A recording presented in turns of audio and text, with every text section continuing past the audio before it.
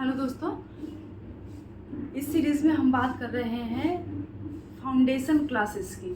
जो बिगिनर्स हैं या जिसका एनसीईआरटी तैयार नहीं है, जिसको एनसीईआरटी समझ में नहीं आता कि कैसे पढ़ें, कैसे लिंक बनाएं, कैसे स्ट्रक्चरल बेस पे नोट्स बनाएं, उसके लिए ये क्लास बहुत बेनिफिशियल होगा। इसके साथ साथ ही आप अपने बच्चों को जिस क्लास का एनसीईआरटी रहेगा, जिस चैप्टर का रहेगा, वो मैं आपको बता दूंगी, तो आप अपने बच्चों को भी ये क्लासेस दिखा सकते हैं। जो पेरेंट्स वर्क के लोग हैं उनके लिए है, ठीक है।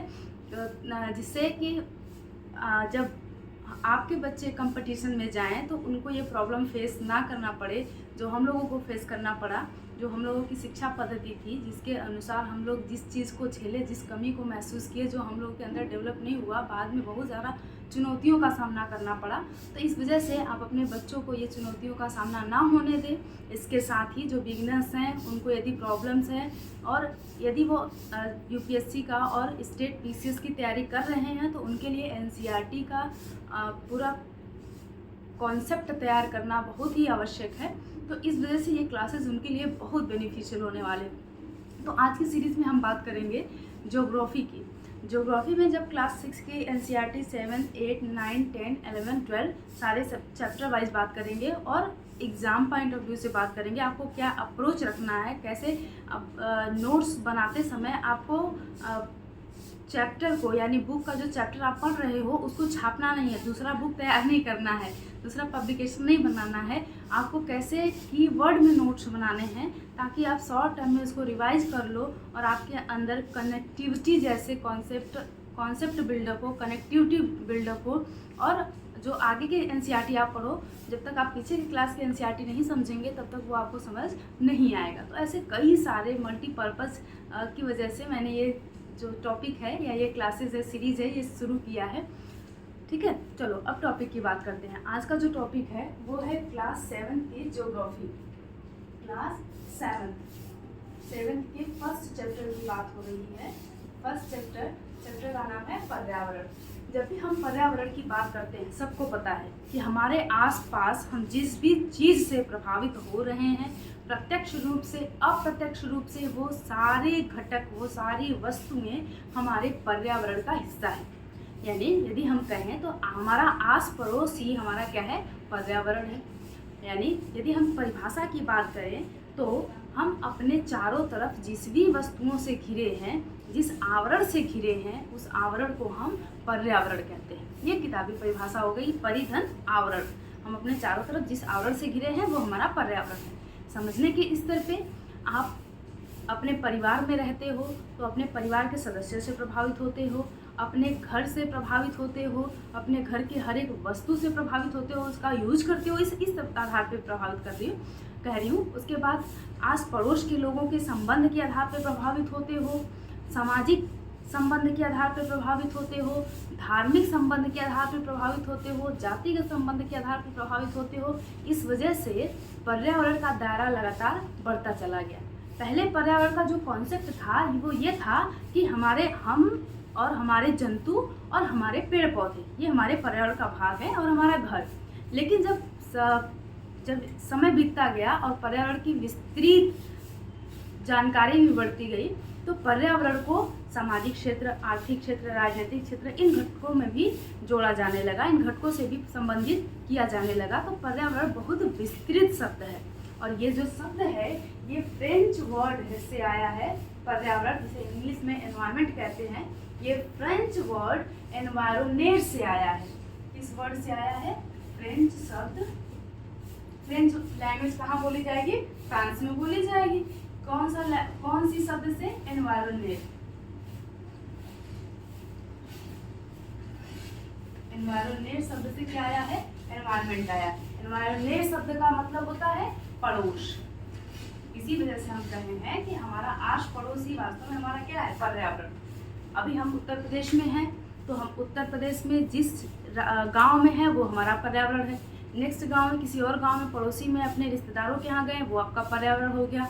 मध्य प्रदेश में गए, वो आपका पर्यावरण हो गया। उत्तराखंड में गए, जहाँ पे ट्रैवल कर रहे हैं उस जगह का वो स्थान आपका पर्यावरण हो गया। तो आप अपने पर्यावरण के साथ एक्टिविटी करते हो और जिस पर्यावरण में आप लंबे समय तक रहते हो आप उसके अनुकूलित हो जाते हो। इस वजह से जब आप किसी नए पर्यावरण में जाते हो तो वहाँ से अनुकूलन स्थापित करने में आपको थोड़ी समस्या का सामना करना पड़ता है। उत्तराखंड में जाओगे तो स्वेटर लेके जाना पड़ेगा। उत्तर प्रदेश में पसीने बह रहे हैं, उत्तराखंड में ठंड लग रही है, तो वहाँ पे ठंड के साथ थोड़ा सा सेट होने में समय लगता है। ठीक है, चलो अब बात करते हैं पर्यावरण की। हम आस पड़ोस की तो बात की, आस पड़ोस में क्या हमारा पर्यावरण है। तो हर एक चीज़, हर एक वस्तु जो भी हम यूज करते हैं, मैंने कहा प्रत्यक्ष या अप्रत्यक्ष रूप से जो भी हमको प्रभावित करता है वो सब कुछ हमारे पर्यावरण का घटक है। जैसे मैं जो भी आपको पढ़ा रही हूँ तो मैं आपके पर्यावरण का घटक हो गई। जैसे आपका घर आपके पर्यावरण का घटक हो गया, आपके माता पिता आपके पर्यावरण के घटक हो गए, आपने जो पशु पाले हैं वो आपके पर्यावरण के घटक हो गए, आप जिस मिट्टी में फसल उत्पादन कर रहे हो वो आपके पर्यावरण का घटक हो गया, आप जिस जल को पी रहे हो वो पर्यावरण का घटक हो गया, जिस सोफे पे बैठे हो वो पर्यावरण का घटक हो गया, जिस बिस्तर पे सो रहे हो वो पर्यावरण का घटक हो गया। एवरीथिंग, जो सांस आप गैस आप ले रहे हो सांस के थ्रू, सांस लेते समय, वो भी आपके पर्यावरण का घटक है। सूर्य की जो ऊर्जा आप तक पहुंच रही है वो भी आपके पर्यावरण का घटक है। एवरीथिंग, जो ये जो बल्ब जल रहा है ये भी आपके पर्यावरण का घटक है, फैन आपके पर्यावरण का घटक है, एसी आपके पर्यावरण का घटक है। तो ये सब कुछ, प्लांट्स आपके पर्यावरण का घटक है, सब कुछ आपके पर्यावरण का हिस्सा है। ठीक, तो इस हिस्से को जब आप चारों तरफ नज़र दौड़ाते हैं तो आप देखते हैं कि कुछ ऐसे घटक हैं जिनको पर्यावरण में, जिसे हम प्रकृति कहते हैं, जिसको पर्यावरण में प्रकृति ने बनाया है। और कुछ ऐसे घटक हैं जो हम लोग बनाए हैं, जैसे मोबाइल हमने बनाया है, मार्कर हमने बनाया है, बोर्ड हमने बनाया है, फैन हमने बनाया है, फर्नीचर हमने बनाया है। तो ये सारी मैक्सिमम चीज़ आसपास देखोगे, प्लांट्स को हटा दो, एनिमल्स को, तो आपने बनाया है। तो दो प्रकार के घटक हो गए आपके। यदि हम देखें कि पर्यावरण में जो भी घटक हैं उनके निर्माण के आधार पर देखें तो पर्यावरण के घटक को विशेषतः दो भाग में डिवाइड किया जाता है। पहला भाग होता है प्राकृतिक घटक, जिसे बोलेंगे नेचुरल कंपोनेंट्स। दूसरा हो जाएगा मैन मेड कंपोनेंट्स, यानी मानव निर्मित घटक। जब हम मानव की बात करते हैं, आप कहेंगे कि यहाँ पे तो मैंने 3 स्ट्रक्चर बनाया है। जब हम मानव की बात करते हैं तो मानव के इर्द गिर्द ही तो ये सारी चीज़ें घूम रही हैं। मानव को हटा दो तो ना इनकी कोई वैल्यू है ना इनकी कोई वैल्यू है। इस वजह से मानव किस में आएगा? मेनली एनवायरमेंट, नेचुरल कंपोनेंट्स में, प्राकृतिक घटक में आएगा। लेकिन मानव की वजह से ही ये दुनिया घूम रही है। मानव की वजह से ये दुनिया घूमने का मतलब है पृथ्वी से नहीं रही, ये पूरे संचालन की बात कर रही। मानव को केंद्र में रख के ही सारा विकास, सारा झगड़ा, सारा ताना बाना, आपदा, सब कुछ किसको केंद्र में रख के परिभाषित किया गया है? मानव को। इस वजह से मानव को हमने एक और घटक बना लिया। तो निर्माण के आधार पे हमने पर्यावरण को 3 घटक में डिवाइड किया, प्राकृतिक घटक, मानव और मानव निर्मित घटक। प्राकृतिक घटक में जब हमने बात किया तो वो हर एक चीज जो नेचर द्वारा बनाया गया है, इसमें ह्यूमन का रोल नहीं है, उसे हम प्राकृतिक घटक कहते हैं। जैसे संपूर्ण स्थलीय भाग को स्थलमंडल कहते हैं। स्थलमंडल, पृथ्वी का सबसे ऊपरी भाग जो है क्रस्ट मेंटल कोर, तो क्रस्ट और अपर मेंटल को मिला के स्थलमंडल बनता है। तो संपूर्ण स्थलीय भाग को क्या कहते हैं? स्थलमंडल। यह स्थलमंडल महाद्वीपों पर भी है और महासागरों के नितल में भी है। तो संपूर्ण स्थलीय भाग क्या हो गया? स्थलमंडल, जिसे लिथोस्फीयर कहते हैं। ये किसका भाग है? प्राकृतिक घटक का, पर्यावरण का प्राकृतिक घटक है। दूसरा है जलमंडल। संपूर्ण पृथ्वी पे संपूर्ण जलीय घटक को, झील, नदी, महासागर, सागर, ये सब कुछ किस में आएगा? जल के तहत, यानी जलमंडल में। जलमंडल। और जिस वायु को हम सांस के थ्रू ले रहे हैं, ये पूरा वायुमंडल का घेरा जो बनता है पृथ्वी के चारों तरफ, उसको वायुमंडल कहते हैं। उसको क्या कहते हैं? वायुमंडल कहते हैं। और स्थलमंडल, जलमंडल, वायुमंडल जब तीनों मिलते हैं, क्या क्या मिलते हैं? स्थलमंडल, जलमंडल, वायुमंडल, lithosphere, hydrosphere, atmosphere, lithosphere, hydrosphere, atmosphere, जब तीनों मिलते हैं तो जिस नैरो एरिया में, जिस संकीर्ण क्षेत्र में ये तीनों मिलते हैं, वहीं पे लाइफ एग्जिस्ट करता है, वहीं पे जीवन संभव होता है। तो उस एरिया को, उस मंडल को क्या कहते हैं? जैवमंडल। ये जो जैवमंडल बना है ये भी तो प्रकृति द्वारा बना है, तो इसको भी क्या कहेंगे? प्राकृतिक घटक कहेंगे। तो प्राकृतिक घटक में ये सारे घटक हो गए। मृदा भी जो स्थलमंडल का पार्ट ही है, तो आप समझ जाओगे। सनलाइट प्राकृतिक घटक है, प्लांट्स प्राकृतिक घटक है, जैवमंडल के तहत आ जाएंगे। जंतु प्राकृतिक घटक है, जैवमंडल के थ्रू आ जाएंगे। अब बात करते हैं मानव की। तो मानव, हर एक व्यक्ति का परिवार, व्यक्ति का समुदाय, व्यक्ति का धार्मिक समुदाय, व्यक्ति का आर्थिक समुदाय, व्यक्ति का राजनीतिक समुदाय, व्यक्ति का शैक्षिक समुदाय, ये सब पर्यावरण का निर्माण करते हैं। एक व्यक्ति भी पर्यावरण का निर्माण करता है, परिवार भी पर्यावरण का निर्माण करता है, पर्यावरण का घटक है। और धार्मिक समुदाय, आर्थिक समुदाय, राजनीतिक समुदाय, ये सब के सब घटक पर्यावरण के घटक हैं। उसके बाद मानव निर्मित में देखोगे तो वो सभी वस्तुएं, वो सभी घटक जो मानव द्वारा निर्मित किया गया है, इसका तो इन्फिनिटिव यदि एग्जाम्पल देखा जाए तो बहुत सारे हैं। इमारतें, पुल, उद्योग, सड़क, स्मारक, पार्क, जो भी आप देख रहे हो आसपास, सब तो मानव निर्मित ही है।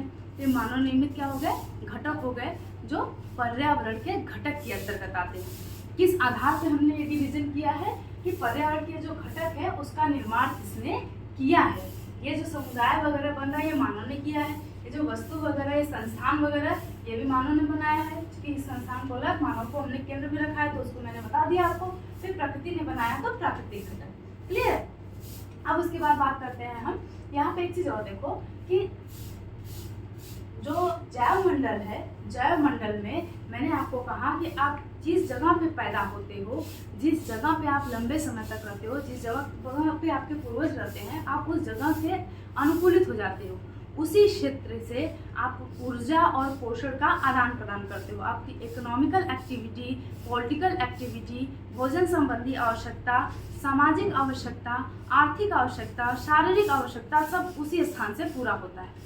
तो आपने अपना एक आवास बना लिया, एक आवासीय क्षेत्र बना लिया, जहाँ पे आप पर्यावरण के घटक से भी अंतःक्रिया कर रहे हो, आप अपने समुदाय के लोगों से भी अंतःक्रिया कर रहे हो, आप दूसरे जंतुओं से भी अंतःक्रिया कर रहे हो, पर्यावरण के भौतिक और रासायनिक घटकों के साथ भी अंतःक्रिया कर रहे हो। वो अंतःक्रिया किस लिए? कि आपको ऊर्जा और पोषण लगातार मिलता रहे। तो इस प्रकार आपने एक सिस्टम बना लिया। इस सिस्टम को, जैवमंडल में इस सिस्टम को, जो प्रत्येक जीव का एक स्पेसिफिक सिस्टम होता है, उसको कहा जाता है इकोसिस्टम, या हिंदी में इसे कहते हैं परितंत्र। हिंदी में इसे क्या कहते हैं? परितंत्र। इंग्लिश में इसे कहते हैं इकोसिस्टम। तो आपने जैवमंडल के तहत किसको जोड़ दिया? इकोसिस्टम को। आपको ये कनेक्टिविटी पता होनी चाहिए कि किस आधार पे आप चीज़ों को कनेक्ट कर रहे हो। तो अब इकोसिस्टम की बात करते हैं। इकोसिस्टम, स्थल पे रहने वाले जीवों का अलग सिस्टम है, जल पे रहने वाले जीवों का अलग सिस्टम है, मरुस्थल में रहने वाले जीवों का स्थल पे अलग सिस्टम है, घास स्थल पे रहने वाले जीवों का अलग सिस्टम है। तो इस प्रकार के सिस्टम को हमने कई वर्गों में विभाजित किया। इसका मतलब कि हमने इकोसिस्टम यानी परितंत्र को कई भाग में विभाजित किया है। उसको हम देखते हैं यहाँ पे। पहला, परितंत्र को देखो आप कैसे कैसे डिवाइड करोगे।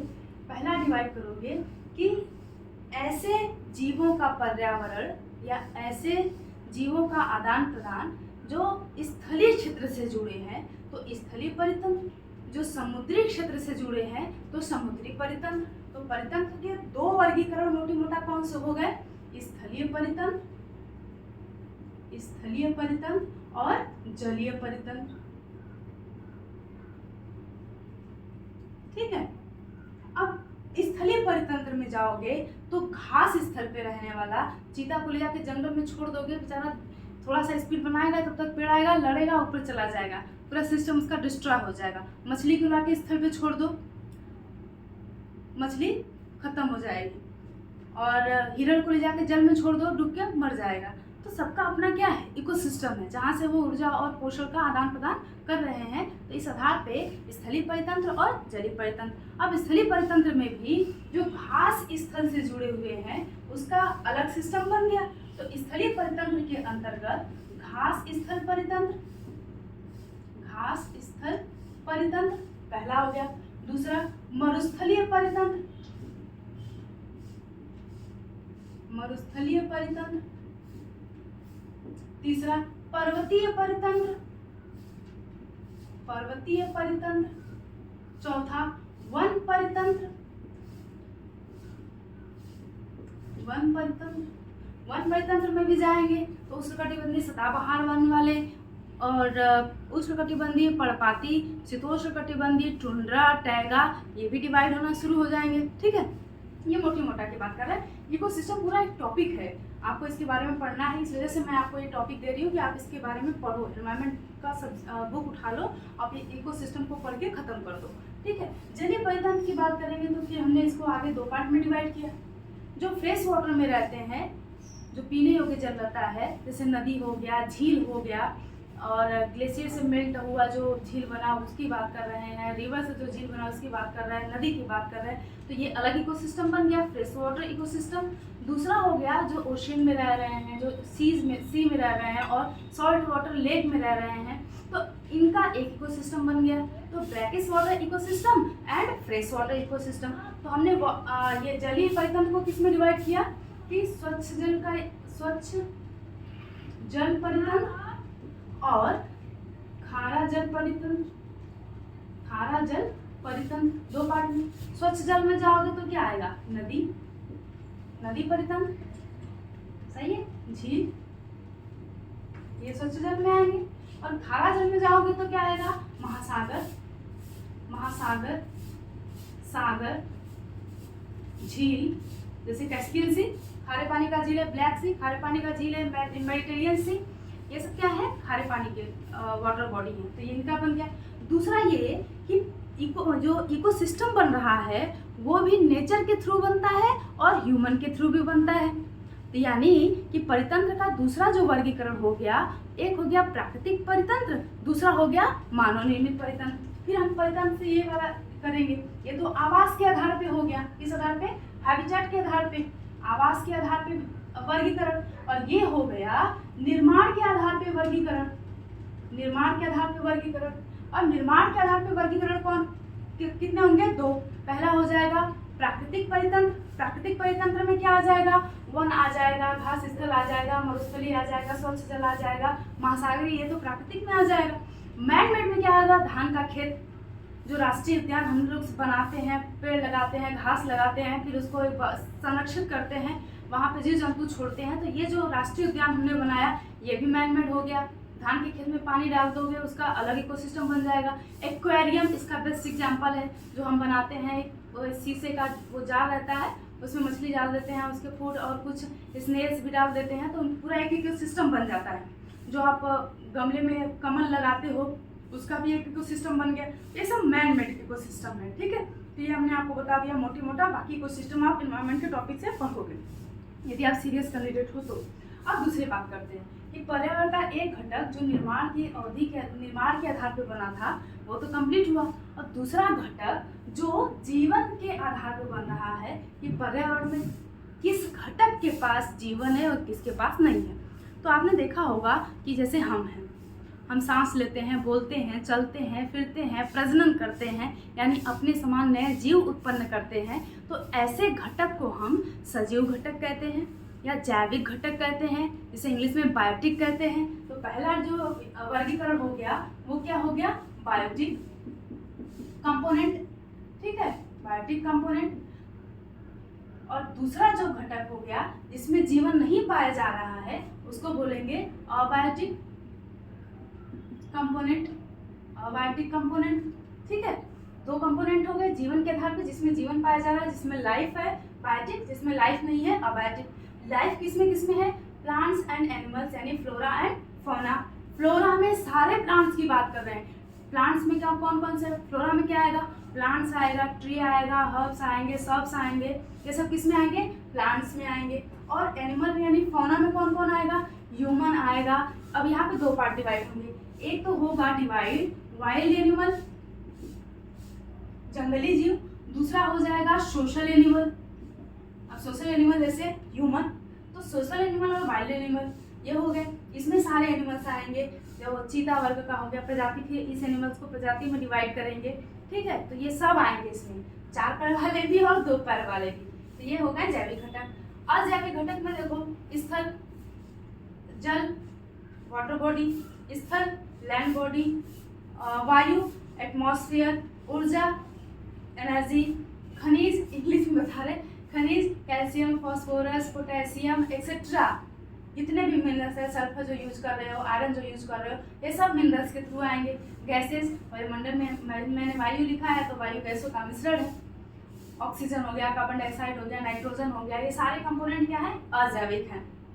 इसमें माइक्रो ऑर्गेनिज्म भी आएंगे, इसमें सूक्ष्म जीव, चूंकि जंतु वाले सेक्टर में, प्लांट्स वाले सेक्टर में सूक्ष्म जीव भी आएंगे, सूक्ष्म जीव माइक्रो ऑर्गेनिज्म, ठीक है। अब देखो, अब ट्विस्ट देखो, जैविक घटक जल, बिना जल के हम जीवित नहीं रहेंगे। स्थल, बिना स्थल के ये हमारा तामझाम नहीं बनेगा। वायु, इसके बिना हम सांस नहीं ले सकते, सेकंडों जीवित रह सकते हैं, 3-4 मिनट से ज़्यादा जीवित नहीं रह सकते यदि ना मिले तो। ऊर्जा, इसी से पूरा सभ्यता डेवलप हो रहा है, इसी से प्लांट डेवलप हो रहे हैं, इसी से प्लांट को हम खा रहे हैं, फिर दूसरे एनिमल खा रहे हैं, तो पूरा सिस्टम इसी से डेवलप हो रहा है, ऊर्जा से जो सनलाइट आ रही है। खनिज, इसी खनिज से हमारी हड्डियां बन रही है, हमारे दांत बन रहे हैं, प्लांट्स की बॉडी बन रही है, ह्यूमन की बॉडी बन रही है, तो इसी से अजैविक। अब देखो जरा, ये जो जैविक घटक है, इस अजैविक घटक का यूज करके ही जिंदा है। फिर ये अजैविक घटक यानी प्लांट्स और एनिमल्स जब मरते हैं तो माइक्रो ऑर्गेनिज्म, सूक्ष्म जीव, इनको डिकम्पोज करके फिर से मिक्स कर देते हैं स्थल में, जल में, वायु में।